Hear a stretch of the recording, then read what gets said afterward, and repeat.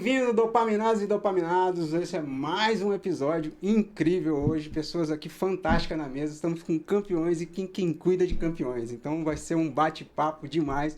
Eu sempre falo que o dopaminados é aquela quantidade de dopamina na medida certa. Nem mais, nem menos. Porque dopamina demais também pode ser ruim. Mas se você não tiver dopamina para acordar e treinar e desempenhar, não vai valer a pena a sua vida. E hoje a gente vai muito além da performance, porque a gente tem um campeão aqui que lutou, né, por uma coisa muito maior hoje em dia do que simplesmente uma medalha, né, o estar vivo, né? Eu acho que isso é interessante a gente tocar. Estou aqui com a Bruninha, minha parceira de vida, de mesa, que está sempre comigo. Né? Vamos nesse episódio que vai ser bem interessante hoje, né, Vô? Hoje é um assunto muito bacana. Como o Ângelo falou, estamos aqui com um campeão de vida e atleta, e também a Priscila, que eu estou conhecendo hoje, não conhecia, o Felipe até já conhecia, até trabalhamos juntos, né? Que vai contar dessa parte de reabilitação. O Felipe teve uma história de vida aí, que vai estar compartilhando com a gente, uma história de superação e de motivação hoje também, né? E vamos estar abordando temas muito importantes de saúde, performance, qualidade de vida, reabilitação cardíaca, né? Isso aí. Então, o assunto hoje está muito bacana. Sejam bem-vindos. Obrigado. E vou passar a palavra para vocês e vocês fiquem à vontade. Você quer começar? Primeiro você, Priscila, com certeza. Tá bom, então. Boa tarde para todos aqui, né? Obrigado pelo convite. Acho que é importante a gente colocar questões muito além da performance em si. Eu acho que falar sobre saúde hoje a gente vai falar de uma coisa muito específica, que é a saúde cardiovascular, principalmente, e qual que é a ideia da terapia respiratória dentro da reabilitação cardiovascular. Perfeito. Então, nós vamos ter aqui, e temos aqui, na verdade, o Felipe, que foi aí um paciente que usou, inclusive, do que a gente vai falar aqui hoje, que é a ferramenta em si, né? E eu preciso agora de falar de mim, né? Como é que é? Um pouquinho, né? Só um pouquinho, né? Só um pouquinho, né? Como é que você Então, começou? tá, vamos lá. Eu sou fisioterapeuta, né? Eu já tenho aí mais ou menos 20 anos de formada. Desde a minha formação, sempre fui trabalhando na área de cardiologia, tá? E hoje a gente tem um centro de reabilitação que também engloba um treinamento, que tem também o treinamento voltado principalmente para pessoas que têm doenças cardiovasculares e também pessoas que têm acima de 50 anos. Então, a RTI hoje, ela é um centro que promove aí saúde cardiovascular, também não só no contexto de saúde, mas no contexto total de reabilitação, né? E estamos aí no mercado há mais ou menos 4 anos. O Felipe, né, foi um paciente nosso e aí que passou pela experiência do que a RTI tem de oferecer no mercado. Muito bom, graças a Deus, tudo certo. E aqui hoje, dividindo com ele essa mesa, para mim, tem uma significância muito alta, né? Show de bola. Contigo agora.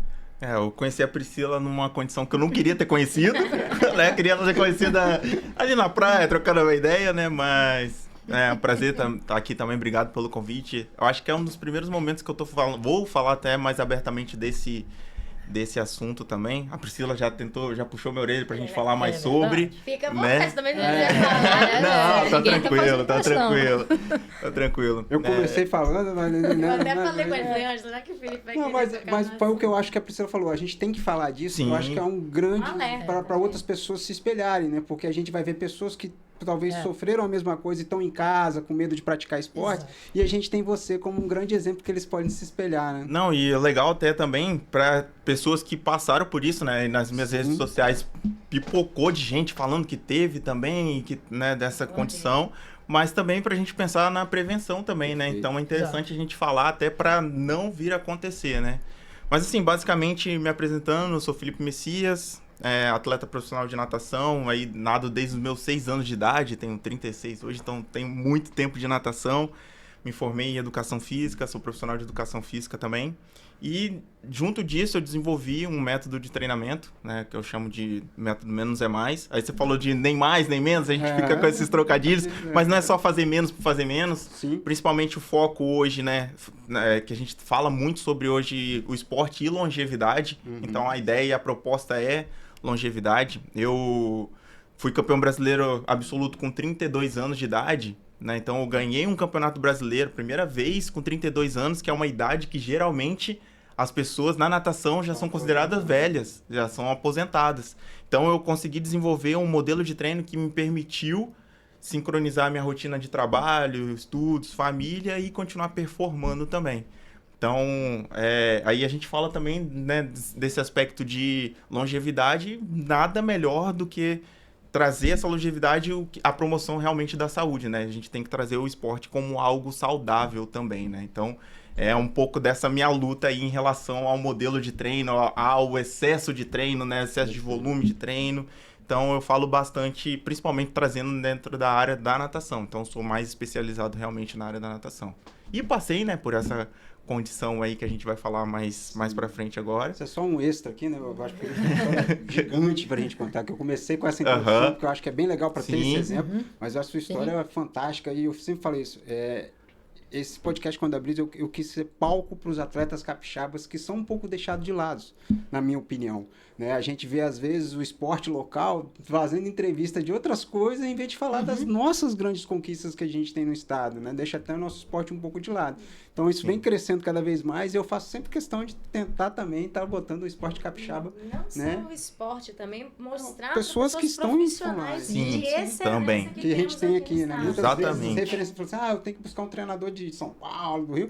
E a gente Por tem quê, né? pessoas aqui, né, fantásticas, Exatamente. trabalhando com esporte também, que podem E ser... direto, essa semana até mesmo chegou lá, nossa, Bruna, eu marquei consulta com o fulano que foi lá no Dopaminados, cara, que bacana, adorei. Então, assim, tem muitos profissionais qualificados, extremamente qualificados aqui, né? Então, Aqui no Espírito Santo tem a gente muito tem que dar mesmo. valor a isso. Então, é um espaço que a gente abre para mostrar isso também, dos atletas, dos profissionais, enfim, promovendo saúde, qualidade de vida, informação. Tem muitas pessoas ainda que são carentes de informação. Tem muita informação na E de internet. informação boa, né? Carente de informação boa. É isso aí. Exatamente. Aí só pega um pedacinho do que ouviu lá e não sabe se está certo, se não está. Enfim, a gente está aqui transmitindo informação boa. Sim. Isso aí.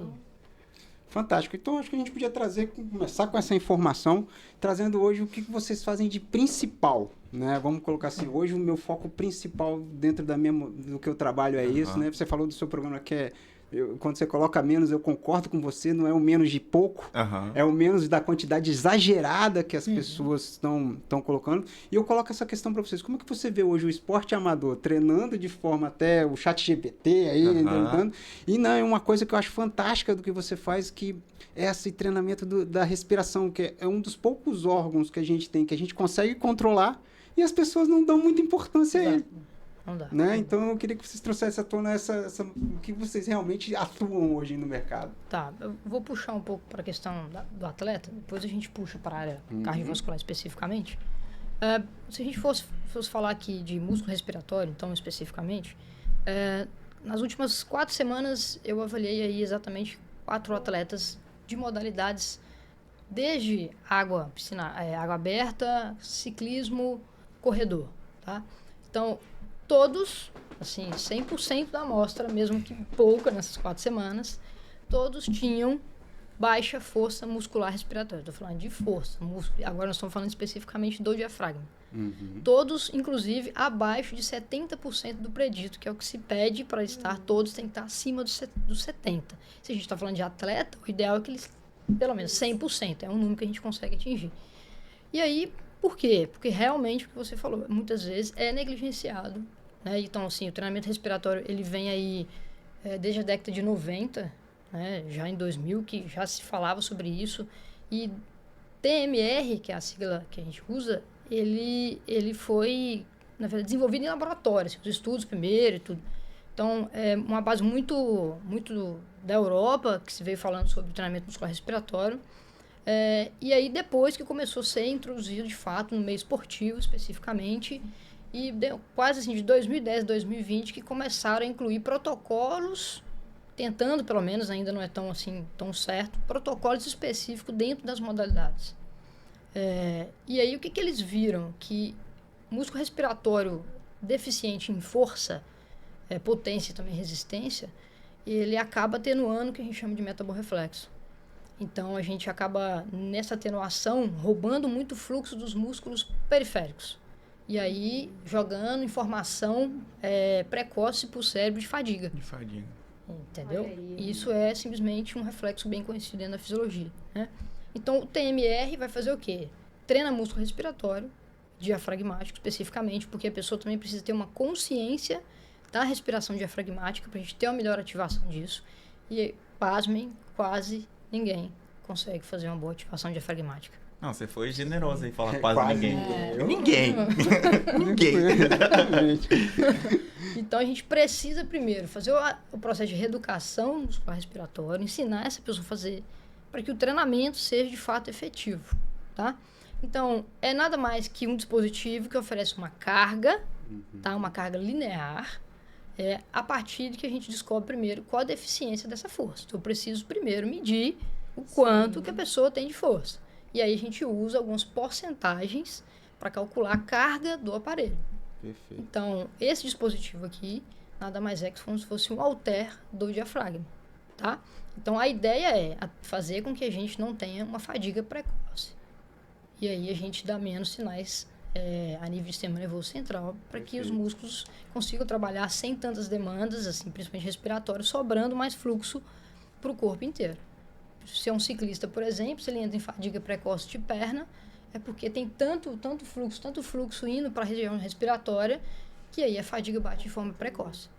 Então aí a gente pode ir para o mundo da natação, que temos aí alguns trabalhos falando, inclusive da redução do tempo, tá? Não tem assim, números ainda, trabalhos tão robustos, não temos, mas temos coisas já muito direcionadas em relação a que sim, funciona em relação à performance em água. Principalmente em modalidades quando a gente está falando de 50 até 100 metros. Mais curtas. Mais Exato, curtos. entendeu? Eu trago até, junto disso, a galera realmente. E eu me incluo nessa, até fazendo um trabalho com a Priscila. Eu falei, olha, não sei respirar, não, velho. E eu tô ali trabalhando a respiração o tempo inteiro e falando com os alunos para melhorar a respiração. E uma das coisas que eu mais recebo é, pô, tá faltando fôlego, me falta fôlego, né? A galera usa, né, esse termo de fôlego. Quando eu vou ver, diagnosticar, analisar o nado, não tá respirando, a pessoa não tá sabendo fazer o ciclo respiratório E é um direito. tempo inspiratório que é curto. Que é curto, Né? E o aproveitamento desse Exatamente. tempo deveria ser melhor. Tem que ser melhor, exatamente. Tem que ter um aporte maior num espaço. E além disso, o ciclo respiratório é um pouco diferente do que a gente faz aqui fora, né? Que você puxa o ar pela boca, solta pelo nariz. Aí dependendo do ciclo de quantidade de braçadas, então você faz uma apneia, você faz uma manobra ali que você fica segurando. E aí, dependendo da forma que você controla isso ou não, a fadiga vem antes. Certo. Então, assim, muita gente poderia conseguir nadar distâncias maiores, cansando menos, se controlasse melhor a respiração. Então, o princípio teria que ser aprender a respirar. Antes mesmo de aprender a rodar os braços, bater a perna, de encaixar, aí a gente vê, né, lá tem que nadar não sei quantos quilômetros, mas nada não sei quantos quilômetros sem saber respirar. E aí não melhora o rendimento. Perfeito. Né? Então, essa parte da respiração é muito E importante. até sofre, porque quando chega, é uma fadiga extrema, assim, e é extremamente desconfortável. Sim. Você chegar num ponto de uma fadiga muito extrema, né? Então, assim, isso tem como ser melhorado, sim, com certeza. Trabalhando direitinho, tem protocolo correto, né? Tem que fazer uma avaliação específica. Então, tem toda uma questão em volta, principalmente da ferramenta. Não é Também simplesmente começar da a soprar prescrição balão. do treino. Não é. Não, se fosse, estava muito tranquilo. Era E fácil. quando que as pessoas te procuram ou deveriam te procurar para fazer essa avaliação? Ó, o treinamento muscular respiratório, desde quem? Sedentários, pessoas que têm qualquer condição clínica específica, então que doentes em si, até atletas. De todas as performances. A gente não tem, assim, restrição para avaliação, tá? Atleta procura porque ele quer aquele tempo, exatamente. Detalhe Aonde eu ali, consigo né? melhorar mais.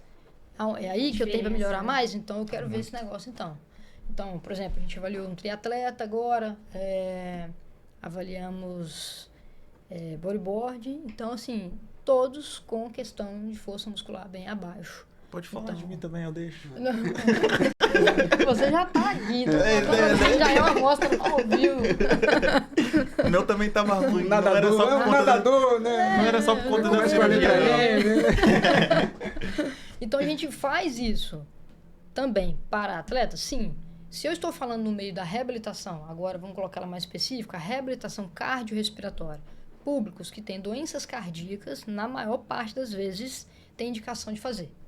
Tá? Então, tanto que é um protocolo nosso ter que avaliá-lo nessa condição, porque, assim, a maioria tem a indicação de fazer. Perfeito. Tá? Quando a pessoa recupera, numa condição clínica agora, recupera 70% do predito, ok, objetivo atingido. Ok? A gente pode desmamar isso aqui, a depender das circunstâncias. Se é um cardiopata, geralmente a gente não desmama. Resto da vida. Porque parou de treinar, destreina. Ok? Então, numa condição, já que ele já tem uma bomba com problema, já tem uma questão ali de desequilíbrio entre oferta e demanda do coração e tudo mais, quanto mais preparado a gente deixar a função ventilatória em força, melhor para ele, em questão de falta de ar. Tolerância aos exercícios, inclusive básicos. Perfeito. Tá? Atleta, ele não quer melhorar a performance? Então, se ele atingiu 100% do predito maravilhoso, ele pode atingir força até 110% do predito? Pode. É uma questão de treinamento. Progressão da periodização. Entendeu? Ficou fácil, a gente dosa uma carga maior. Ficou fácil e assim você vai rodando. Disciplinado, né? Exatamente. Para fazer, ele faz. Exatamente. Faz no carro, vem fazendo no carro, no intervalo do sinal tá fechado, vai fazendo. Intervalo entre uma consulta e outra, no intervalo, tem que fazer. Sim. E você, Virgínia, quando é que você teve esse start, esse insight de falar assim, cara, a galera tá treinando demais e talvez se eu desenvolver um método mais específico, com um volume Mais talvez um pouco maior, com mais qualidade, menos volume, como é que é essa história? Como é que surgiu o treino, como é que é o nome? Desculpa. O Menos é Mais. Menos é Mais. Uhum. Não, o pagode não. Não é o grupo Menos é Mais. Não. Eu tenho uma tatuagem, inclusive, né? Menos é Mais. E o pessoal fala, você é fã do grupo de pagode? Não, eu sou também, mas não é isso. Na verdade, assim, resumindo, né? Porque há vários anos que eu tento desenvolver esse método, onde eu nem chamava de Menos é Mais ainda, mas começou mesmo comigo, porque você falou do esporte, né, de modo geral aqui no Espírito Santo, e realmente o Espírito Santo é um celeiro de vários atletas. Eu mesmo fui nadar por clubes de fora do estado, porque aqui não tem apoio. Então, nadei pelo Flamengo, pelo Fluminense, Botafogo, porque eles lá davam suporte. Mas, assim, de modo geral, o esporte no Brasil, quando a gente fala em alto rendimento fora, né, os esportes mais futebol, por exemplo, mas os outros não tem muito um incentivo na continuidade na prática. Sim. Principalmente na viradinha de chave ali do pré-vestibular. Se o atleta ele é bom, aí ele continua e às vezes nem faz faculdade ou ele posterga ali, mas o atleta que está mediano, ele vai largar para estudar e depois forma. Perfeito. E nesse meio tempo, eu vi vários amigos meus parando de nadar, isso com 17, 18 anos, e eu não queria parar de nadar. Eu não era bom, mas eu queria continuar praticando o que eu gostava de fazer.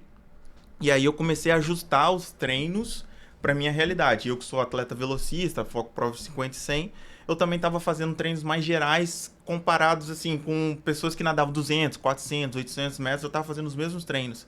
E ali eu comecei a... tem uma especificidade, não tem? Eu quero fazer uma saída aqui, eu quero treinar uma virada, eu quero ficar rápido nesses 50 metros. E aí eu comecei a desenvolver, reduzindo até um pouco o volume de treino, mas assim, menos é mais que eu uso, é provocativo, né? Sim. Tem aquele que ali, mas é mais pra gente refletir, é mais a reflexão do que é o menos e do que é o mais, assim, né? Que a gente tem que entender o que é a quantidade, né? O que é o volume, para quem, qual é a frequência semanal ideal. Então, eu comecei a tentar ajustar isso para encaixar dentro da minha realidade, minha rotina. Saía às 5 da manhã para trabalhar, estagiar, estudava à noite, chegava meia-noite em casa e tinha algumas poucas horas para treinar. E eu não conseguia treinar com qualidade, né, todos os dias. Então, acumulava fadiga, eu tinha que levar em consideração a minha rotina também fora das piscinas, porque a gente tem que colocar isso dentro da balança também, né? Se você dormiu mal, é uma variável, é um estímulo de estresse. Tanto quanto um treino forte, talvez até mais do que o treino forte. Então, o período de recuperação fica maior. Então, tem estímulos que a gente faz que precisa de mais do que 24 horas, do que 48 horas, por exemplo, para recuperar. Se a gente fala em 48 horas, a gente já vai fazer um treino um dia sim, um dia não. Então a gente já diminui um pouco a frequência semanal. E aí com relação ao volume de treino também, a gente vai fazendo, vai chegar uma hora que fadiga, acumulou muito, perde rendimento. Então, a gente vai esperar perder o rendimento para parar o treino? Não, vou parar antes, na alta, na máxima. Então acaba reduzindo um pouco o volume, acaba reduzindo um pouco a frequência semanal também. Então eu fui juntando isso tudo, aí entrei na faculdade, fui entendendo mais os princípios básicos do treinamento, especificidade, né, individualidade, né, biológica, e eu, a gente falando de especificidade, eu principalmente sendo velocista, vou começar a fazer treinos mais específicos para velocidade. Então eu comecei a desenvolver daí e trouxe para os alunos também masters, né? O pessoal que tinha uma rotina até pior do que a minha, porque com filho, eu agora estou entendendo o que é essa rotina com filho, né? Então comecei a desenvolver pensando mais no nadador amador para continuar praticando atividade física. Só que como efeito colateral, eles conseguindo encaixar isso e respeitando, né, mais essa parte da fisiologia mesmo, né, desses princípios básicos do treinamento, eles começaram a melhorar os tempos também. Perfeito. Assim como eu consegui também melhorar meus tempos. Então, eu vim desenvolvendo, né, o menos é mais para ajudar mais pessoas a continuarem fazendo o que gostam do que pensando mais em performance. Só que como consequência, a performance vem junto. Então, é muito, muito desse princípio que eu trouxe. Eu enxergo muito isso também que você falou, né? Você dá condição de treino para mais pessoas, eu acho também fantástico isso, porque às vezes, hoje em dia, por exemplo, eu vejo o triatlo. Antes o triatlo era visto como uma coisa inalcançável para todo mundo, né? Hoje, no último Capixaba de Ferro, que você viu de primeiras pessoas que, né, que fizeram a primeira prova da vida e se vê hoje... E a galera trabalha pra caramba. Né? Então, eu acho que esse tipo de colocação do esporte vai trazendo também a possibilidade de trazer mais gente dentro do esporte. Porque, assim, por mais que a gente fala que o esporte está espalhado, tá ligado? Se a gente olhar ainda, 1/3 só da população... Não, é muito pouca gente que faz esporte, né? No Brasil, então. E o que eu acho mais engraçado é isso. Com tanta já evidência científica que a atividade física é preditor de saúde, a gente ainda não tem, né, programas de incentivo a isso. Eu queria que vocês trazessem isso. Como é que vocês enxergam esse incentivo ao esporte? Como é que está isso hoje? A gente vê que cresceu, mas será que realmente já atingiu o número de pessoas que deveria atingir? O sedentário, será que ele tem medo de um programa de treinamento? Ele tem medo de fazer um programa de treinamento de respiração? Porque fala, não, isso é para atleta. Como é que vocês veem essa distância ainda do sedentário para buscar o serviço de vocês? Pode falar.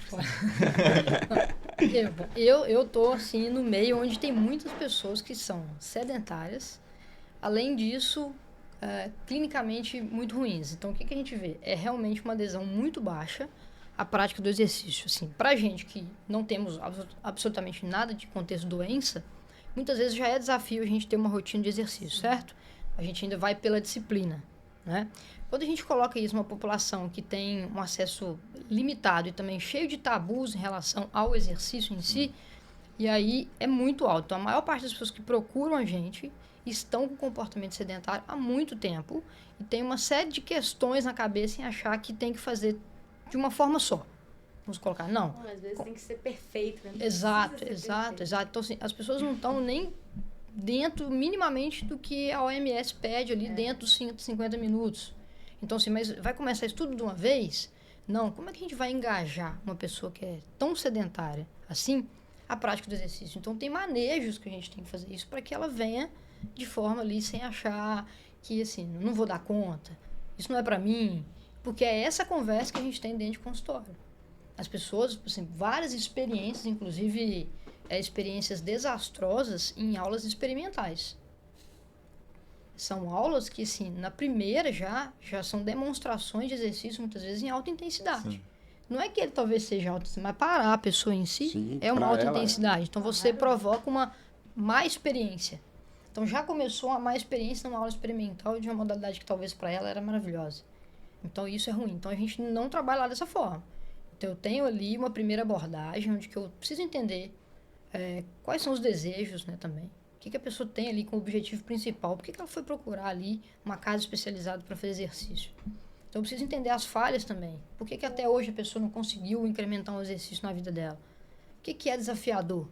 Então, eu tive, por exemplo, uma senhora que fez um pós-operatório de cirurgia conosco, que a primeira pergunta que eu faço para a pessoa em consultório é assim: qual a sua relação com o exercício? Olha a resposta que ela me deu. Primeiro, que não era nem para eu estar aqui. Segundo, eu detesto. Terceiro, não sei nem como é que nós vamos fazer isso junto. Não estou brincando, tá? Isso foi uma resposta real. Então, ficamos 6 meses juntos. E a partir disso, então, toda mudança de comportamento dela, a gente teve que direcionar.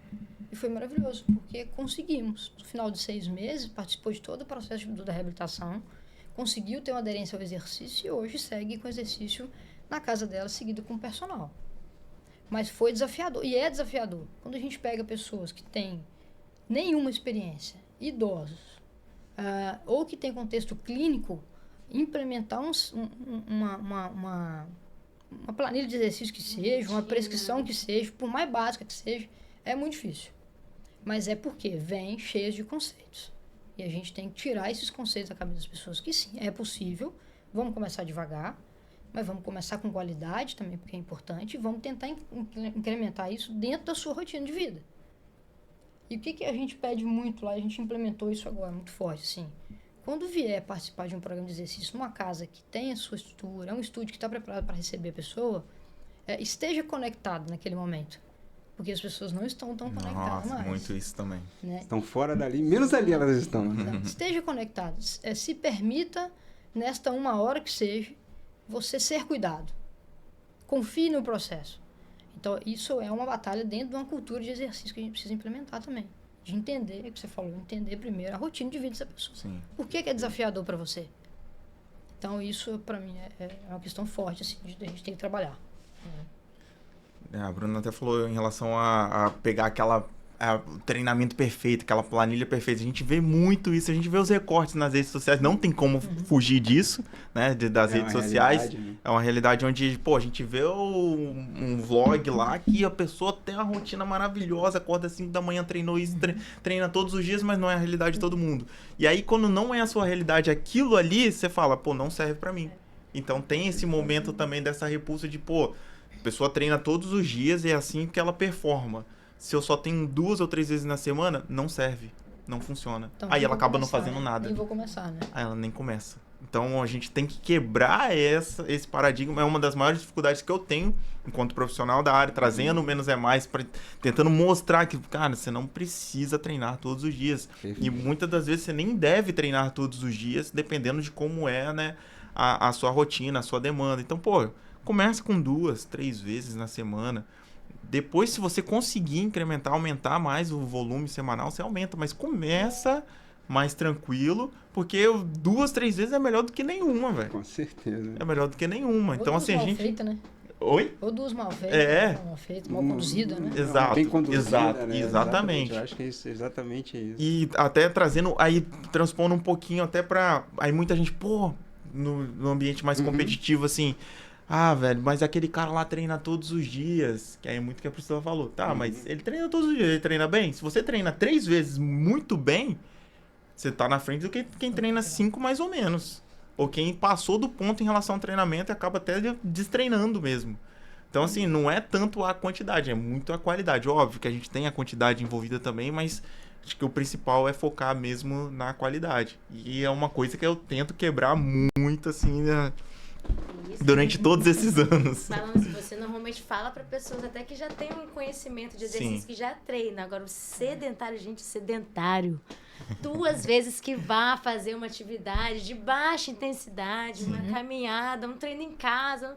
Enfim, tem opções, né? Tem opção. Hoje, a gente mora em Vitória, que tem um cenário muito favorável para a prática esportiva.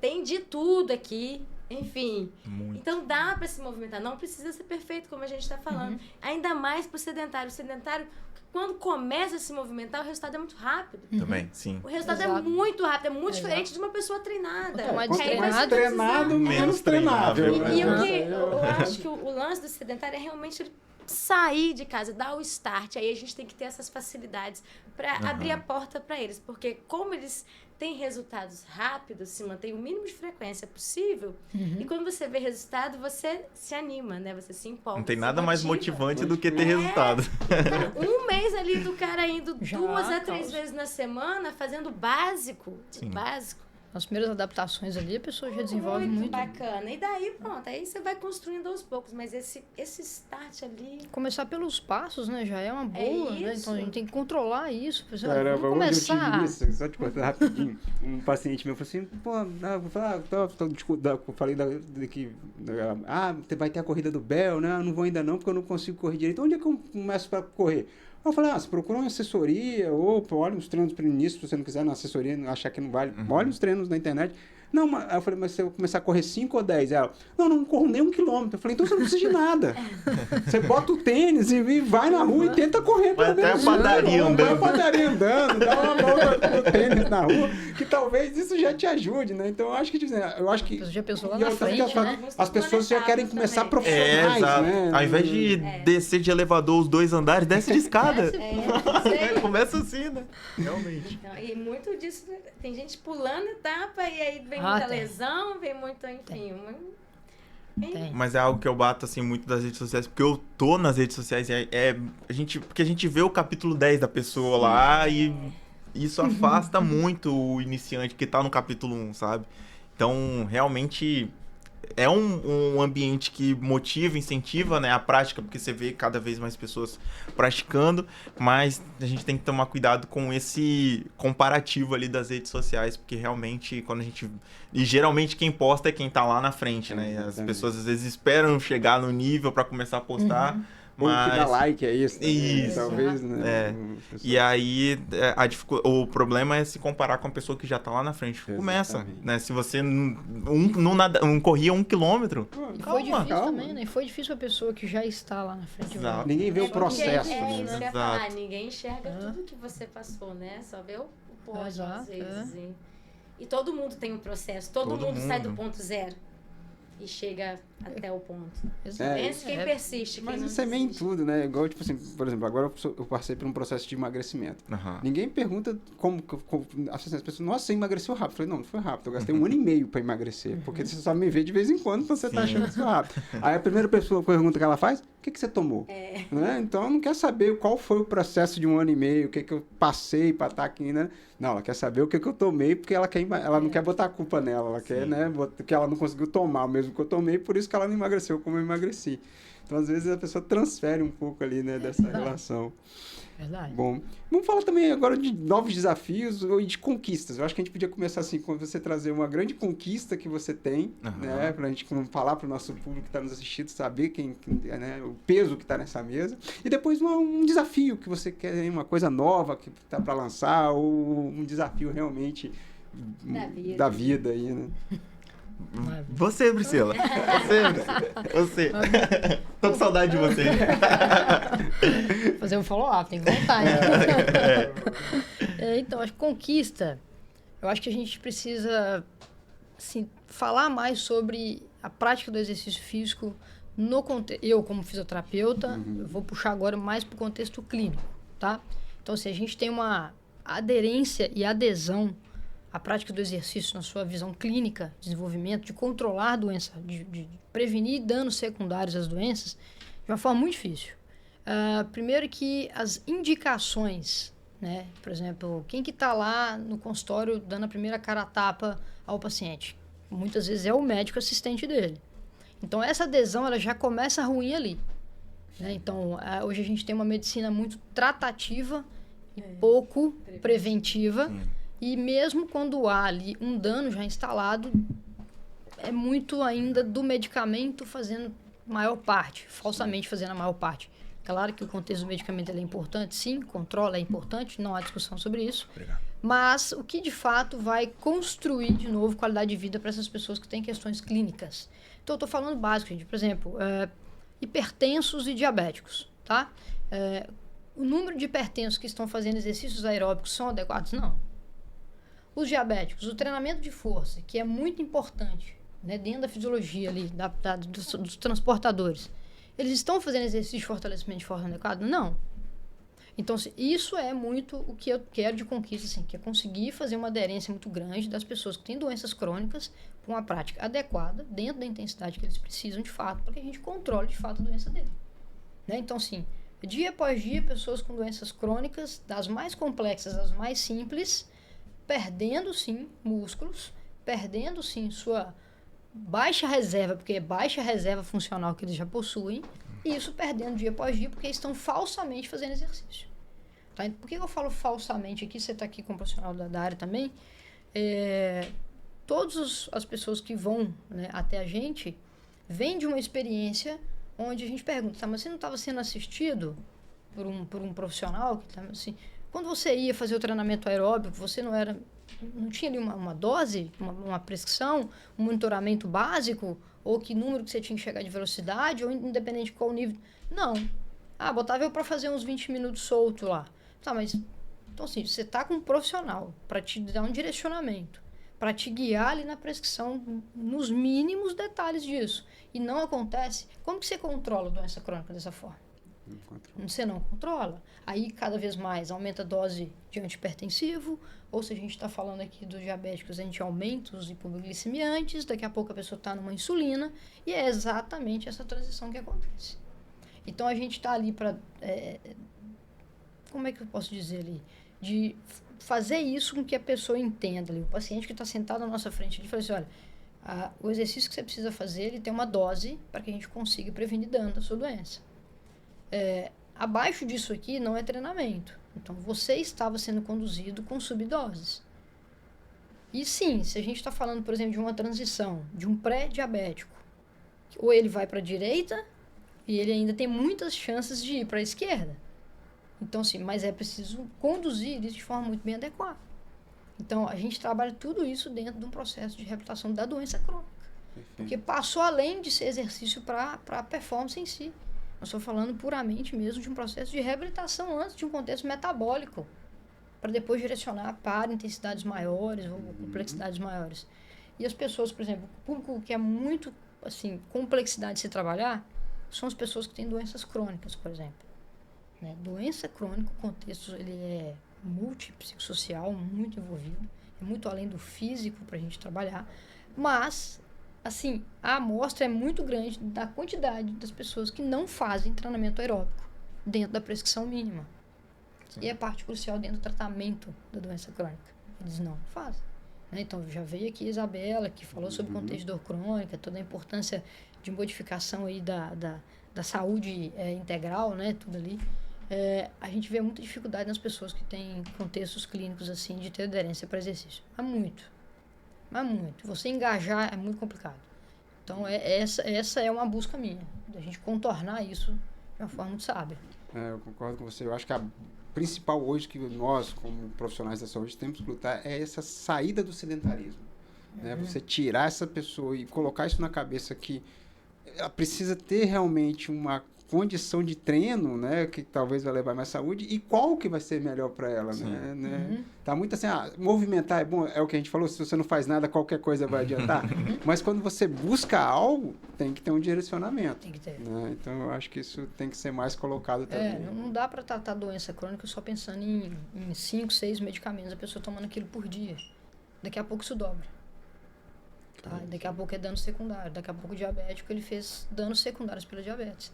Daqui a pouco é infarto, daqui a pouco é vasculopatia, daqui a pouco é outros contextos da doença. Porque só o medicamento não vai fazer o trabalho todo. Então, como é que a gente melhora todo esse processo metabólico da doença? Então, a condução disso no centro de exercício, de reabilitação, de treinamento, na academia, ainda é muito falha. Perfeito. Eu gosto muito de falar isso, até que tipo, eu falo assim, o exercício é o melhor remédio. Eu não gosto nem de comparar o remédio, porque remédio também te coloca quando você trata uma doença, né? E outra coisa, quem prescreve exercício não é médico, então não é remédio, né? Então, concordo com você. É um educador físico, fisioterapeuta, que vai prescrever aquilo ali, que é a prevenção, né, de você não ficar doente. Então, a gente tem que colocar na cabeça das pessoas que tem que ser hábito saudável, tá no meio do seu dia, igual escovar o dente, tomar banho, né? Tem que praticar atividade física. Eu acho que isso é essencial. E você, VC, qual os grande conquista? A gente tem um recorde de 50 metros aí. Cara, eu tenho uma dúvida. Eu tenho 4 conquistas assim, profissionais legal. Que eu fico na dúvida assim, qual que foi a mais legal pra mim? Pô, o cara porque mas não é. É porque assim, é bem genuíno. Porque eu ganhei uma medalha de bronze num campeonato brasileiro. Em 2022, depois eu fui campeão brasileiro, bati um recorde mundial master também, então assim, tá tudo na mesma, igual você falou, prateleira, tá na mesma prateleira, então assim, escolher uma só tá muito difícil, sabe? Fica à vontade, tá muito difícil, não. Pode botar as 4. Porque o principal pra mim foi essas conquistas ter sido depois dos 30 anos de idade. Bato muito isso na tecla, porque não é só o ser campeão brasileiro, não é só ganhar uma medalha de bronze. E por eu ter documentado também toda essa minha trajetória. Legal. Que a gente falando do atleta, do esporte, a gente vê o esporte muito fechado e a pessoa só fala depois que teve o resultado. Eu tava ali mostrando dia a dia, a rotina, e consegui mostrar que era possível, minimamente, você performar depois dos 30 anos, sabe? Legal. Então, acho que eu tô trazendo essas conquistas porque foi tudo depois dos 30 anos. E, assim, na natação é considerado velho. Não. Na natação. A maioria dos esportes, né? Mas na natação tá aposentado já, cara. Hoje em dia, né? Natação mais ainda. Você começa, sei lá, com 4 anos. Eu comecei com 6. Aí, 6 anos já tava na piscina. E os principais picos de performance assim, dos atletas é 20 anos, 22, 28 já tá em transição de carreira já, sabe? Então eu consegui trazer, né, esses resultados pra mim, assim, que pelo menos a nível nacional é minimamente expressivo, né? Não é um atleta olímpico, não é um atleta da seleção brasileira, mas porque a conquista pro nadador master. Eu costumo dizer assim que eu tava lá no profissional, mas eu era um master teimoso que tava entre os profissionais, sabe? Não era um profissional que depois foi pro master. Por conta da minha rotina mesmo, né? Eu não me sustentava da natação como atleta. Então, eu trabalhava com outras coisas e consegui sincronizar e trazer, né, essas medalhas. Aí eu falo que não sei qual que foi mais legal, porque a primeira medalha ali é muito legal, sabe? É muito importante. Mas aí depois eu ganhei, e aí, pô, é muito maneiro também, você não quer olhar mais pra aquela e falar, não vale mais nada. Exato. Então tem, né, esse carinho, assim, né? Então, assim, das minhas conquistas, acho que é mais isso. E o principal desafio é trazer, né, cada vez mais pessoas, e principalmente que tenham esse gap da natação, que eu tô resgatando vários nadadores que pararam com uns 20 anos, 18, 19, e agora estão voltando com 30, 35, 40 anos a nadar. Então, assim, pra mim isso é uma conquista também muito legal. Não só pensando na performance, porque a maioria volta fazendo o que gosta, porque a gente fala de saúde física e mental também. Porque, pô, você foi atleta, né? A gente sabe o que é o esporte na nossa vida e fica faltando aquilo ali quando a gente para, sabe? E aí isso influencia no nosso mental também, né? Então é trazer, né, essas pessoas, não precisam necessariamente ser um atleta profissional ou ser um atleta que vai nadar e vai ganhar, mas que consiga sincronizar ainda a rotina, né, do dia a dia com atividade física, com exercício físico, quem sabe com um pouco de performance também competitiva ali nas competições Masters, por exemplo. Então, é o que eu estou tentando trazer, resgatar até com a comunidade Menos é Mais, que é uma comunidade que eu criei de nadadores Masters, para trazer realmente, resgatar os nadadores, principalmente, né, os nadadores que nadaram, pararam durante anos e agora conseguem voltar a encaixar um modelo de treino na rotina, e pessoas que estão começando a nadar agora também, ajudar a gente volta, né, pro ciclo aqui, ensinar o básico ali, aprender a respirar primeiro, aprender a técnica certinha, não ficar focando só em volume, que nadou não sei quantas horas, que é o que a gente vê muito também, né? Postei lá, nadei 5 mil. Tá, beleza, nadou 5 mil, mas como é que foi a técnica desse nado aí? Não, nadei 5 mil, mas e a qualidade? Não, nadei 5 mil. Não quer dizer nada, sabe? Prefiro nadar 1.000 metros. Aí você vai ver o vídeo tudo, nadando tudo errado, respirando mal. Então, assim, eu quero trazer isso também, né? Trazer essa qualidade técnica também pro esporte. E, pô, aí a gente fala do triatlon, que por mais que no triatlon a natação é a menor parte, mas, pô, faz muita diferença para as outras provas, para as outras partes da prova, né? Então, é isso que eu quero trazer, né? Eu, como exemplo ali de um atleta que performou um pouco mais velho, trazendo, né, esse modelo de treino para encaixar na rotina de pessoas mais velhas também, né, no caso. Cara, você colocou uma coisa muito engraçada que aconteceu comigo. Eu também comecei o triatlo agora, né? Eu sempre fiz exercício de força na minha vida, sou faixa preta de jiu-jitsu, tava treinando LPO antes da pandemia. E quando veio a pandemia, as academias todas fecharam, eu levei até umas barras para casa, mas meu vizinho de baixo começou a reclamar que a barra quicava, né? Eu falei, pô, tem que correr na rua. Aí comecei aquela doideira de correr de máscara, todo mundo começou, e fui pro triatlo. Então eu sofri essa transição e eu achei assim, qual vai ser minha melhor modalidade? A natação, porque eu nadava quando era criança. Eu ganhava as medalhinhas lá em Nova Venécia, lá no Colina. Então, cara, e quando eu cheguei eu vi que eu não sabia nadar nada. Porque é justamente o que você falou. O que eu fazia na minha época de infância? Eu ia pra água e batia os braços e as pernas. Eu não tinha também, talvez ele não tinha nem a capacidade, era boa vontade, mas eu nunca tive uma técnica de aprendizado daquilo. Então, e hoje em dia eu percebi, assim, que eu só busquei alguma melhora quando eu busquei o treino de piscina, né? Até eu agradecer o Lilu lá, que tá lá com a gente. Pô, Lilu gente boa pra caramba. Gente boa demais. E começou a me ajudar ali em melhorar algumas técnicas e eu tô sentindo, assim, a minha natação evoluiu. Então, desenvolvendo. Eu acho que isso é perfeito a gente colocar aqui. Quanto que é a importância de um bom profissional para quem está começando no esporte ou para quem já acha que já sabe fazer, que esse para mim é o pior. Né? Aquela pessoa que você quer ver o que acontece comigo, o cara, por exemplo, ele chega para mim, aí eu falo assim, não, vamos trocar isso por isso. Não, mas eu faço isso aqui tem muito tempo. Eu falei, pois é, por isso que eu quero trocar.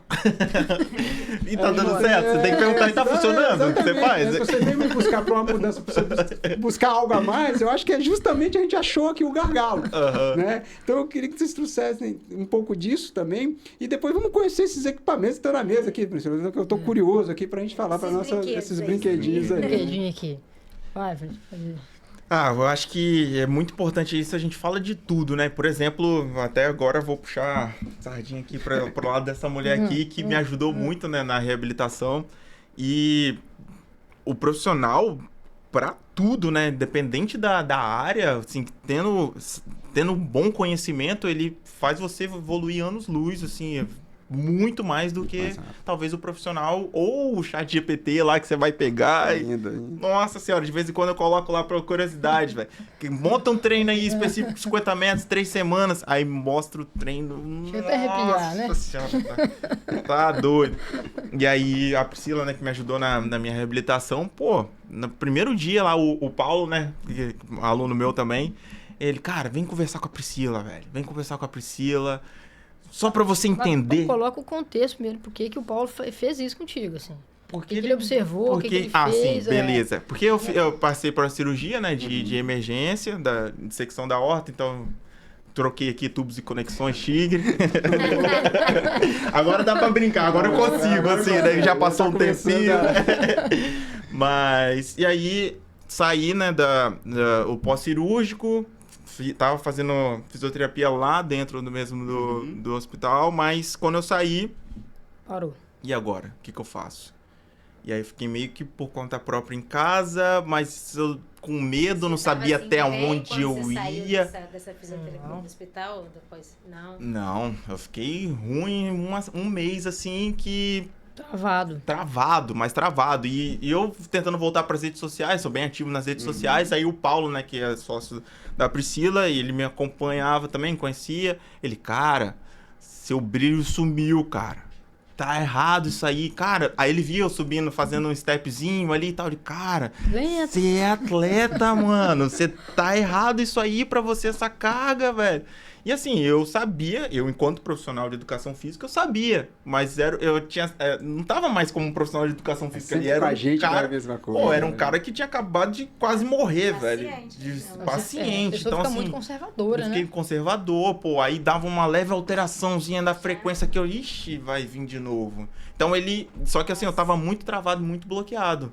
E ele, cara, seu brilho, você tá assim, você tá todo... Não, velho, vem conversar com a Priscila, deixa ela... Né? Aí quando eu cheguei... Aí eu falei, vou. Só que sim, eu demorei ainda um mês. Um mês, né? Demorei um mês. Foi um mês. Aí eu fui lá conversar com ela. Ela me deu uma aula. Eu falei assim, pô, tô no lugar certo, cara. Tô no lugar certo. Como ela já deu algumas aqui. Eu falei, exato. Eu falei, cara, tô no lugar certo. Porque essa segurança e essa confiança, eu não vi em nenhum outro lugar de reabilitação. E ali não, cara, especializado em reabilitação cardíaca. É o que... Monitoramento, tudo. Isso eu não conseguiria fazer comigo mesmo, sabe? O medo, né? O medo. E no medo, e até o conhecimento mesmo, pô. A minha especialização não era muito mais pra essa área. Então, assim... Pô, não. Aí comecei a fazer acompanhamento com ela. Eu evoluí uma semana. A minha esposa, ela fala, existe o Felipe antes da RTI e o Felipe depois da RTI. Ela fala, porque, tipo, eu em casa, nossa senhora, pô, vou pegar... Não, velho, não consigo. Pega ele no chão ali pra mim que eu não vou conseguir. Ela voltou, me ajudou a voltar a ter os movimentos. Aí, deu essa segurança. Deu a segurança pra tudo, assim, né? De realmente... conseguir, né, ter confiança em mim, entender alguns processos que às vezes eu ficava tonto, pô, acho que eu vou desmaiar, entender os meus limites também, né? Então, assim, pô, para tudo, né? O profissional. Então, até dá um abraço aqui. Obrigado. Né? Obrigado por esse Foram suporte. 6 meses, né? A gente ficou 6 meses. Foram 6 meses e, pô, mudou completamente minha vida. Então, assim, a resposta eu acho que eu respondi, né? Um profissional com qualidade que pode tem fazer por conhecimento. você. Exatamente. Faz muita diferença. A gente fica buscando, às vezes, até o mais barato, ou o mais fácil, ou não sei o quê. Cara, vai no de confiança, porque às vezes realmente o barato sai caro, literalmente, né? Então, um profissional com qualidade. Ou um profissional, né? Que às vezes a pessoa não busca nem o profissional, né? E aí a gente acaba não evoluindo como poderia com um profissional com qualidade. Assim, isso aí ele já me falou agora, a parte da minha conquista, né? Que, assim, muito mais do que ter um centro de reabilitação, assim, que sim, tem o seu ponto comercial da gente... Claro, né, as suas contas, né?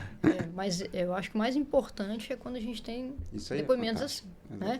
E isso, dentro especificamente da reabilitação cardíaca, acontece muito.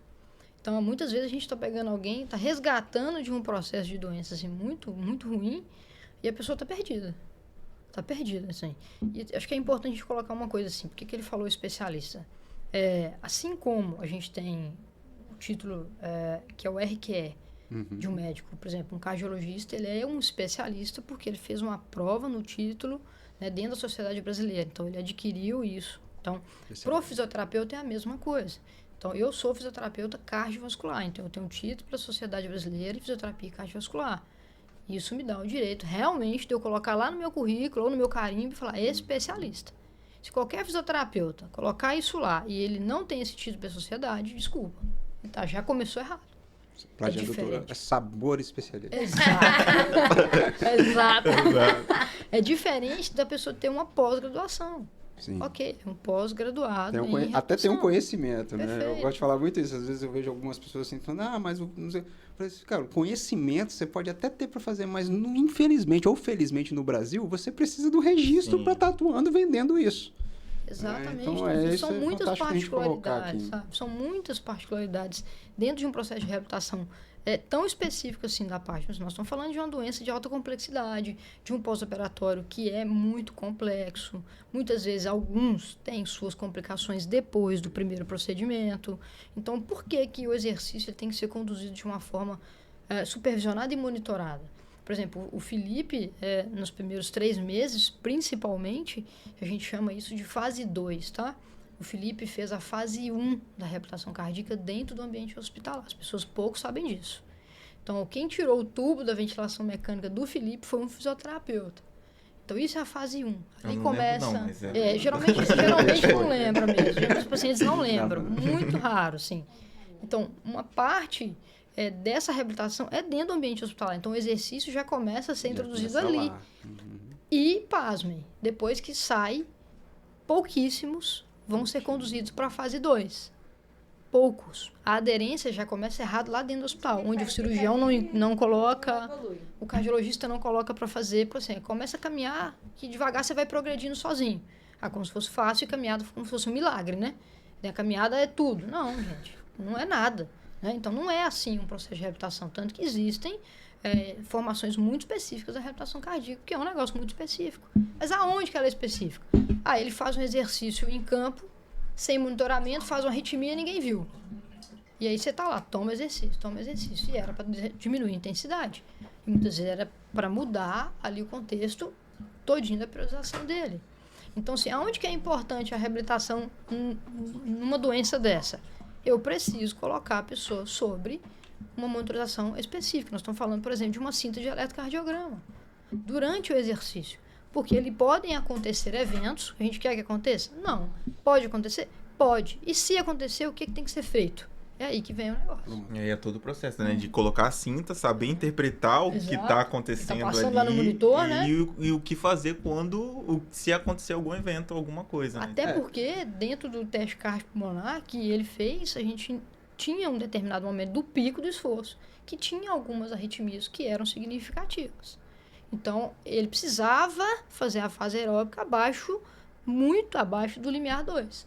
A gente tinha que estar dentro do limiar 1 ali e com muito cuidado. E aí, num contexto, então não é para fazer, não, mas é o exercício bem conduzido que vai combater esses processos da arritmia. Funcionar de novo. A evolução disso. Então, isso acontece muito. Então, assim, é específico. Então, o acolhimento que a gente tem que fazer numa complexidade dessa, como o Felipe foi, as primeiras orientações muda tudo. Não, disso aqui você não precisa ter medo mais, isso aqui você já pode começar a fazer, e isso aqui nós vamos começar dessa forma. Desbloqueia um pouco, se solta.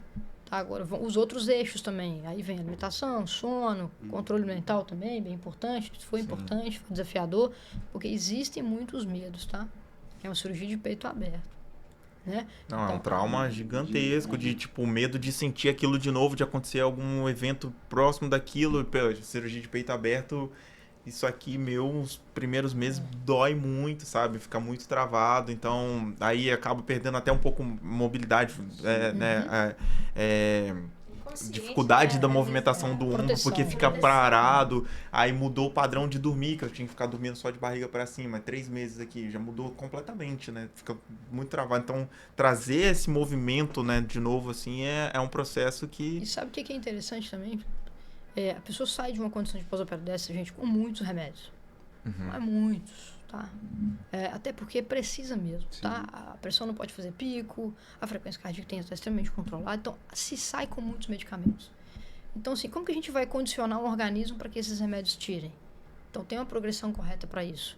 A ponto de a gente falar assim, e também, assim, uma boa discussão clínica é importante, então o fisioterapeuta não trabalha sozinho.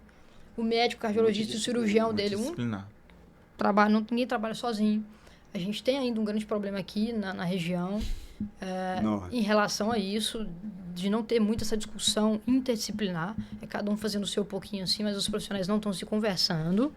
A gente vê isso até no esporte. Mas é o que eu falo, você tem assim, centros esportivos e centros multidisciplinares, mas as pessoas de dentro do centro eles não se comunicam. Então você não tem um tratamento multidisciplinar. Não. Você tem um centro multidisciplinar que os Não é profissionais integrado. não é integrado. Né? Né? A Isso é gente muito vê- Sabe o que fácil. ele tá vê isso no fazendo, esporte, ele sabe o exatamente. que ele tá fazendo. No E esporte aí eu entra a vejo- periodização, por exemplo. A periodização do treinamento, o acompanhamento nutricional tem que seguir o ciclo e a preparação, mas aí não conversa. Aí a preparação física tem que estar sincronizada com os treinos lá de bike, E não corrida, não tá. E aí não tô evoluindo, não sabe por quê. Porque não tá tendo o porte direito lá da nutrição. Acaba vendo uma concorrência. Concorrência. né? É isso aí. Mas- É a mesma coisa. Então, nós temos grandes problemas disso também lá. Então, a gente precisa conversar melhor, de ligar mesmo, tá, gente? Tô falando assim, de pegar o cardiologista da pessoa e falar assim, olha, ele está em processo de reabilitação, a fase é essa aqui, nós estamos conduzindo dessa maneira, tudo. Então, assim, como há muito receio da parte médica, acho que também pela falta de confiança em determinados serviços, e talvez por eles terem passado por experiências ruins, acaba que isso fica um pouco divulgado. Então, assim, é muita responsabilidade você conduzir uma pessoa na doença cardíaca ao exercício. Não é simples, não é básico, o entendimento ali de todo... Primeiro, a fisiopatologia é importante entender, como é que o exercício comporta dentro da fisiopatologia. Uma coisa é você conduzir exercício aeróbico numa pessoa que tem coração normal. Sim. Outra coisa é você conduzir um exercício aeróbico numa pessoa que tem uma insuficiência cardíaca. E depois você pega uma insuficiência cardíaca com fraqueza muscular respiratória. A pessoa mal começa a pedalar, já tem falta de ar. Só que o que vai combater isso é o pedalar. Ou é o botar na esteira. Entendeu? Aquele músculo fraco do quadríceps que não aguenta o cara pedalar 5 minutos, que o metaborreflexo tá super... Quem que vai combater isso? É o exercício. Entendeu? Então, assim, muitos casos, não são poucos, que a gente lida diretamente com isso, as pessoas têm pouco acesso por falta de conhecimento. E quem tá lá na linha, lá, que era para estar indicando, porque é uma diferença muito grande, o médico ele tem ali um poder de autoridade Muito grande. sobre isso, Sim. deixando os pacientes, sim, tá, soltos e prescrevendo caminhadas diárias como se isso fosse resolver toda a saúde física da pessoa. E não vai. Tá? Nós temos pessoas com baixa adesão laboral depois, demora a voltar a trabalhar, demora a voltar a ter uma vida ativa de novo, em contextos familiares super prejudicados por causa disso, e aí vem outros problemas. Perfeito. Muitos. Eu acho que a gente vê muito disso mesmo, assim, ainda a gente tem essa cultura, né, de segregar ali o tratamento, não entendo, parece que vai com medo de roubar ou com... Não sei o que é também, muita coisa. Eu Eu sinto um tento pouco disso. ficar sempre mal próximo dos treinadores também aqui, e eu vejo às vezes alguns, tipo assim, a pessoa que faz triatlo, ela tem um personal e faz o triatlo numa assessoria. Nem esses dois conversam, aí vira um treino com... Eu direto chego aqui com a pessoa querendo melhorar no triatlo, fazendo treino de hipertrofia. Eu falo, cara, se o seu Eita. personal Sim. conversa com o seu treinador? Não. Eu falei, então dá por isso. Talvez você não tá melhorando nenhum, não. Você não tá nem hipertrofiando mais e nem melhorando no triatlo. Exatamente. Né? Então, Não, isso aí eu vejo demais, tem né? demais, Na minha né? prática também. Nossa senhora. Não, e a gente tá num, assim, num contexto assim, tão evoluído, né, de informação, né? E ainda essas coisas ainda acontecem de forma muito presente. Pra quê, né? Pra quê? Também me pergunto isso todo dia. E esses brinquedinhos aí? Ah, né? vamos lá. Vamos falar deles. Então, vamos lá. É o seguinte, quando a gente fala... Brinquedinho que quando a gente trabalha. Né? Ela vai pegar meu esteatoma. Tinha esse brinquedinho. E não é barato, Não é barato, não. Isso aí é só um detalhe. Só um detalhe, né? Não vamos assustar. Não, Mas calma, divide que tá vezes. tranquilo, Então, quando a gente fala de treino respiratório, independente de performance ou pessoas que têm doença, a gente primeiro precisa avaliar. Assim como qualquer outra avaliação física, que a gente precisa entender força de músculo periférico, a gente precisa medir mobilidade, alguns testes quantitativos para isso, a gente também tem que medir de forma quantitativa força muscular respiratória. Então, nós temos um equipamento digital que é para isso. Ele é ligado a um software, tá? Esse software dá para a gente tanto uma mensuração de força muscular respiratória, especificamente dinâmica, depois nós vamos entender por quê, potência e volume inspirado. Então, isso é o que esse aparelho nos fornece de informação. Baseado nisso, com as características da pessoa que vai ser avaliada, então ele usa o que no algoritmo? Peso, estatura, IMC e gênero. Então, ele traça ali dentro do algoritmo ali uma medida que é referência para aquela pessoa. Então, exemplo, pelas características do Felipe, ele deveria fazer pelo menos 110 centímetros de água de força. Tá? Estimativa aqui, só ilustrando a coisa. A partir do momento que a gente tem esse número na mão, a gente vai agora prescrever o exercício. Então, quando a gente tem um contexto de muita fraqueza muscular, nós começamos como qualquer outro treinamento, tá? É específico. Então, o dispositivo tem que ser específico, tá? Então, por isso que existem os dispositivos agora, que são de cargas lineares, onde a gente mensura a carga e ajusta isso no aparelho. E a pessoa vai começar com treino adaptativo, 30% a 40% da força muscular respiratória. Depois que ele passa da fase adaptativa, a próxima fase agora nós vamos trabalhar a força absoluta, vamos aumentar a carga, 40%, 60%, uma força a gente pode aumentar 80%, então é uma progressão, tá? Então depois de tanto tempo de adaptação, a gente pede que as pessoas voltem, a gente faz uma nova reavaliação para entender se esses números mudaram, e a gente vai medir tudo de novo. Geralmente, quando a pessoa segue o padrão do treinamento adequado, a gente consegue já melhora. Não necessariamente ali chegando ainda a 70% do predito, que é o mínimo que a gente espera para essa pessoa, tá? Então, se ela não alcançou, a gente tem que entender onde que foi difícil e o que foi complicado às vezes. Às vezes é a adesão. Às vezes a pessoa não está conseguindo fazer a boa ativação diafragmática, então a gente tem que ensinar a técnica de novo. Às vezes ela não se adaptou à rotina da quantidade. Então, essa fase adaptativa é importante para isso. Melhorou, gente, ou não, reavalia, tem um novo número, reprograma a carga, nova prescrição de exercício, tá? O que a gente tem hoje preconizado na literatura?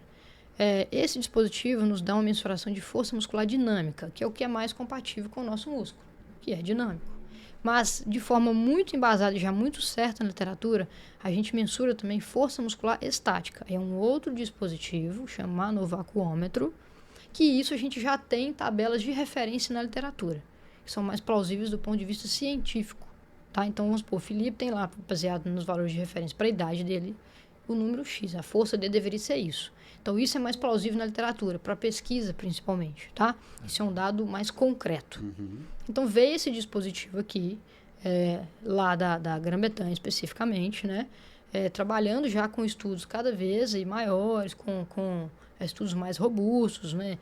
Número de indivíduos mais altos nesses estudos, vendo um comparativo muito forte entre força muscular dinâmica e força muscular estática. Temos aí já um coeficiente de correlação de 0,8. Então, isso é muito bom, é uma correlação boa aqui. Quer dizer que o outro é mais científico? Quer dizer que esse aqui não serve para nada? Não. Então, a correlação ela já é muito boa e nos dá segurança para trabalhar isso na prática clínica. Perfeito. Então, isso é importante. Então, faz diferença, que os estudos estão vendo cada vez mais agora, melhorando aí na natação, a gente falou tempo, né? Então, quando a gente está falando em ciclista, atenuando melhor o metaborreflexo, então o cara consegue ali pedalar mais rápido, ele atenua menos o esforço dele, então dispara aí no tempo, nem que seja aquele 0,0 ponto ali que deixa o cara mais na frente. Então, isso aqui não é, nossa, é o master top do negócio que vai fazer todo, não. Isso aqui é o ajuste fino, principalmente quando a gente fala de atleta. Ajuste fino. Então, se você faz ele bem feito, bem dosado, ele melhora muito, sim, toda a eficiência ventilatória muscular. Aí vem uma dúvida que muitos, quando eu vou fazer avaliação, faz a pergunta: e o VO2 máximo melhora? É o Né? que todo mundo quer. Não é? Esse dia eu caí até num golpe, comprei uma placa de dente pra melhorar a VO2. Eu falei, depois de velho, Você- depois de eu ter caído na Power Balance, né? Que eu caí também. Eu falei, pô, né, depois de velho, eu comprei uma placa pra melhorar a VO2. Eu falei, caramba, aí eu falei, pô, que vacilo, né? Mas aí, quando você falou em melhorar a VO2, a pessoa já... Cresce o olho, mas né? é a pergunta que as pessoas fazem muito lá, assim. Melhora a VO2 de forma direta? Não, melhora a eficiência ventilatória que melhora a captação de VO2. De forma direta. Entendeu? Exatamente. Então, de forma indireta, a gente tem essas hipóteses já bem correlacionadas. Mas de forma direta ainda não. Tá? Mas performance muscular para ganho, sim, de performance dentro da modalidade geral, já tem alguns estudos bem falando sobre isso. Legal. Cara, e não tem erro. Saber respirar, aprender a respirar direito, isso muda a vida, né? Isso pro dia a dia também.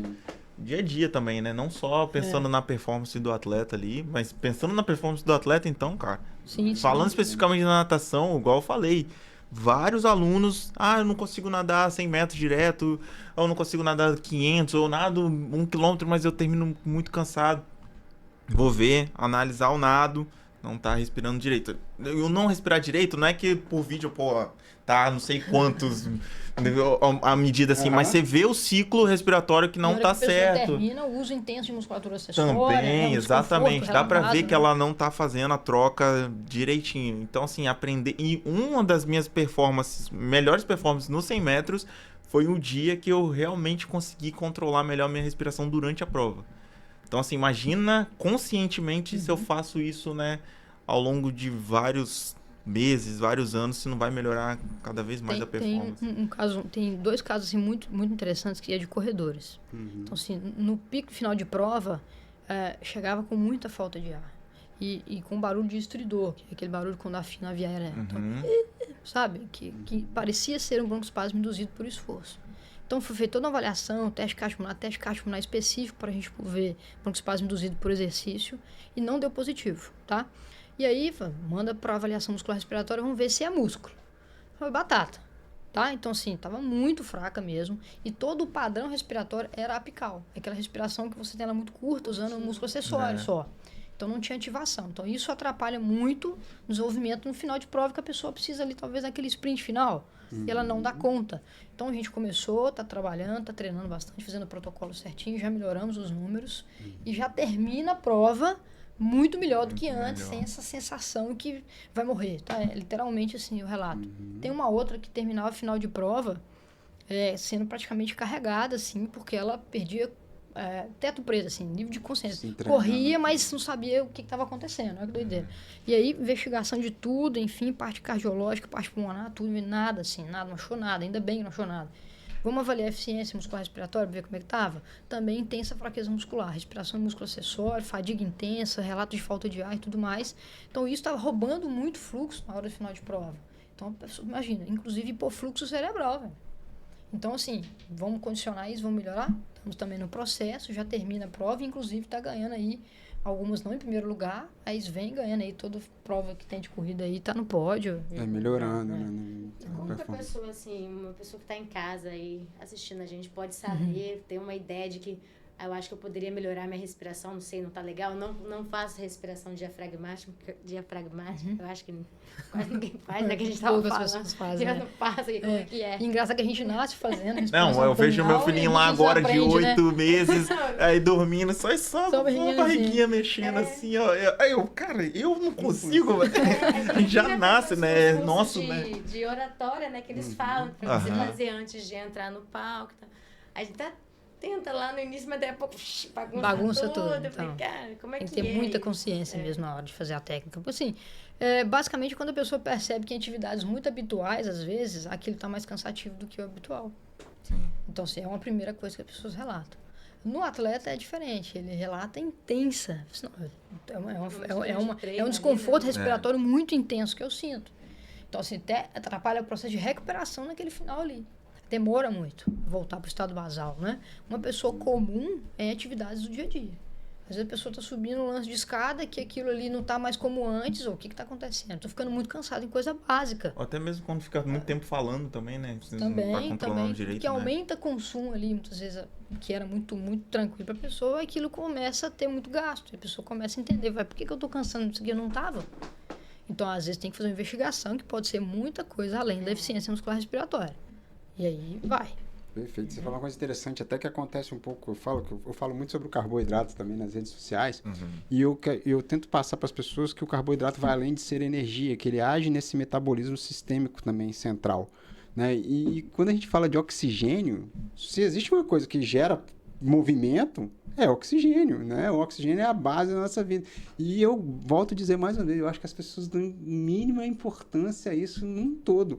E quando você, né, sofre alguma coisa, por exemplo, meu pai também fez uma cirurgia recente aí de peito aberto, e uma das coisas que ele se queixa comigo, ele fala assim, cara, para fazer as coisas mínimas que a gente não dava importância antes, tá me dando um trabalho danado, eu não tenho ar, eu vou puxar e não vem, né? E eu acho que tem que dar muita importância o que a gente fez. Não, isso aí já duas marcações, a minha e a dele aqui, você pode esperar. Não, me ajuda, inclusive no pós-cirúrgico isso me ajudou muito, justamente porque cirurgia de peito aberto, isso aqui fica tudo travado, qualquer movimentozinho que eu fazia aqui doía, então, pô... Você passa a usar o abdômen, você dá uma poupada na parte exatamente, torácica, né? A parte torácica ficava mais parada, né? Mesmo, porque qualquer movimentozinho que eu fazia assim, ó, nossa, era uma dor absurda. Aderência de carro. E aí, pô, doer pra respirar. Durando. Então, assim... Que é o básico. Controlar melhor a respiração, né? Fazendo...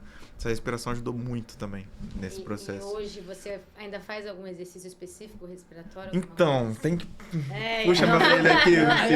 Mas olha só, olha que curioso. Aí eu voltei a nadar, né? Com mais frequência, melhorou muito. Muito, assim, do dia a dia. Porque durante o treino de natação, eu foco mais em controlar melhor a respiração.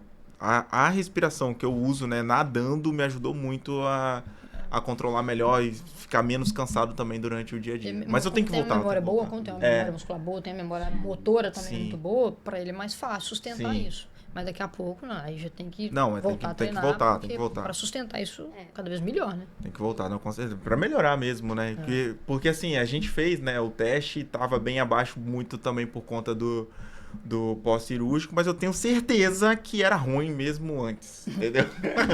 Por isso que eu tô falando aqui, todo mundo, ela falou que a maioria, não é a maioria não, todo mundo respira mal, velho, todo mundo respira mal, dá pra respirar melhor. Quanto tempo você voltou a treinar depois da cirurgia? Fiquei... Foram 5 meses depois, né, que eu voltei a nadar.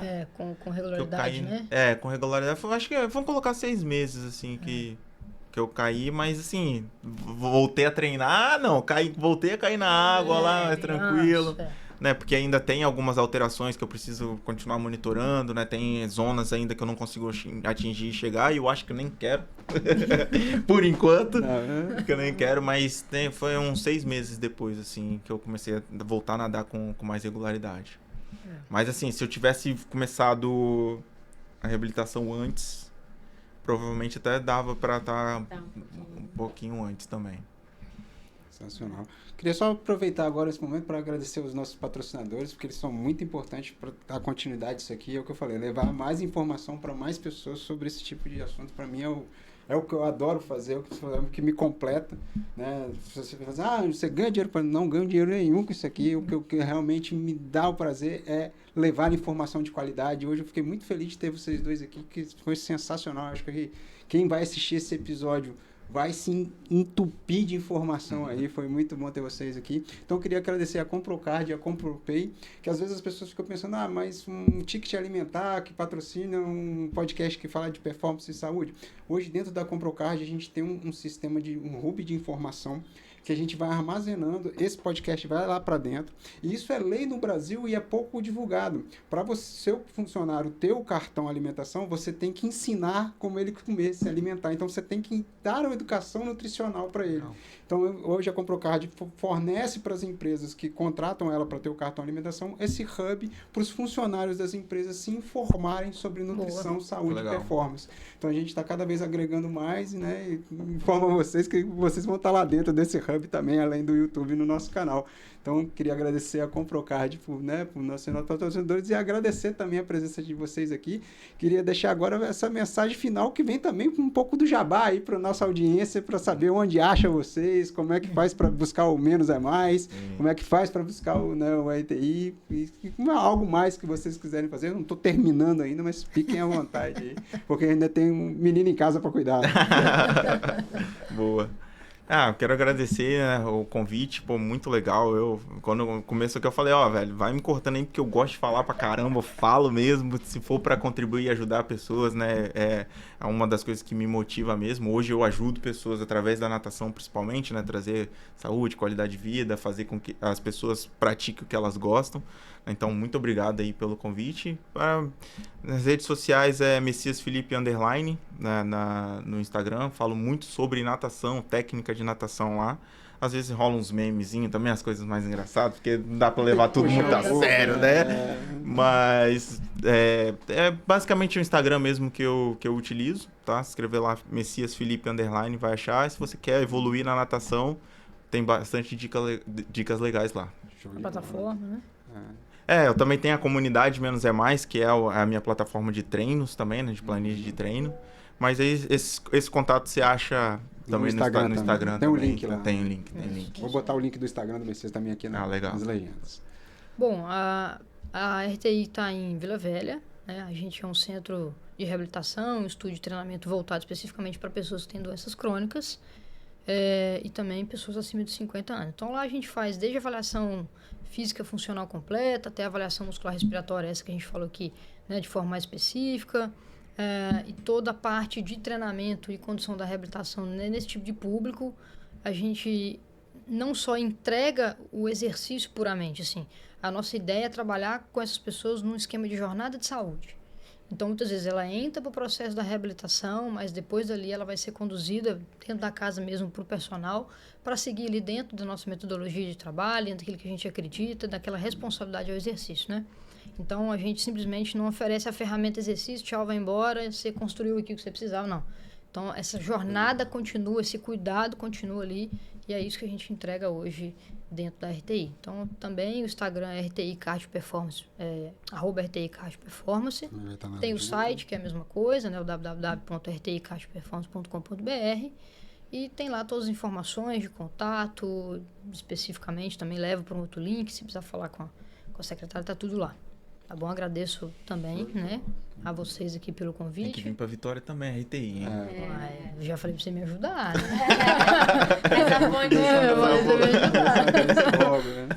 É uma meta e vai dar certo, certo. Vamos construir isso, né? Pessoal, então, quem gostou do episódio, vai e manda pro amiguinho. Quem acha que vai colaborar, quem acha que tem alguém que pode respirar melhor, ou que quer começar a nadar, ou que é um nadador aposentado que quer voltar a performar, né? Tá aí.